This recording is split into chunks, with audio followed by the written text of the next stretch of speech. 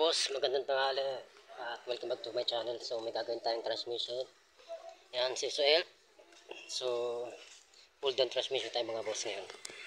So ayan mga boss, ito na yung transmission na gaba na Suel. So ayan, pull down transmission tayo mga boss.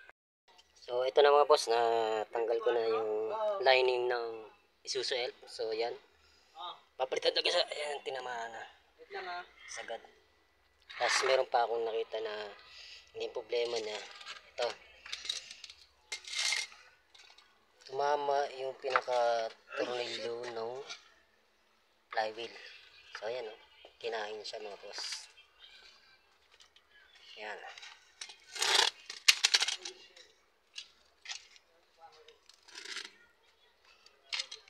Tanggal talaga. Ito, papakita ko sa inyo mga boss yung sa tornilyo ng flywheel. So ayan, oh.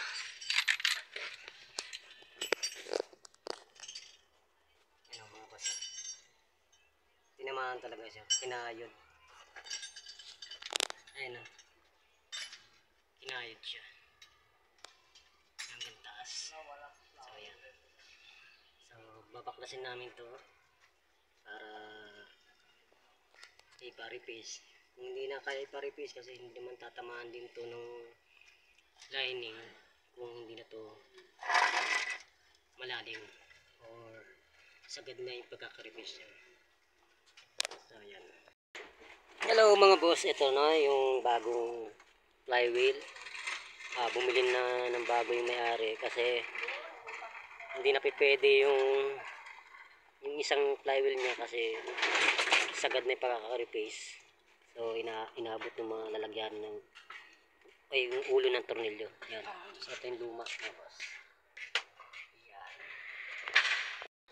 Hello mga boss, ito na, nakabit na yung transmission. So pinas-forward ko na lang. So yan, kompleto na. Pati propeller. So rotis lang dito sa loob ng bodega. So papasok na po kami. So ayan mga boss, susubukan na yung truck na binaba namin transmission.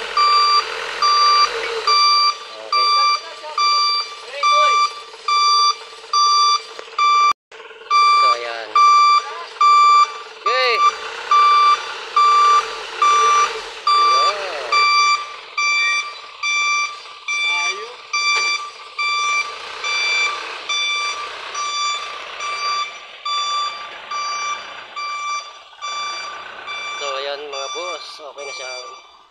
Mag-trust na, mabante, so wala na yung ingay na transmission niya yung sumasayad.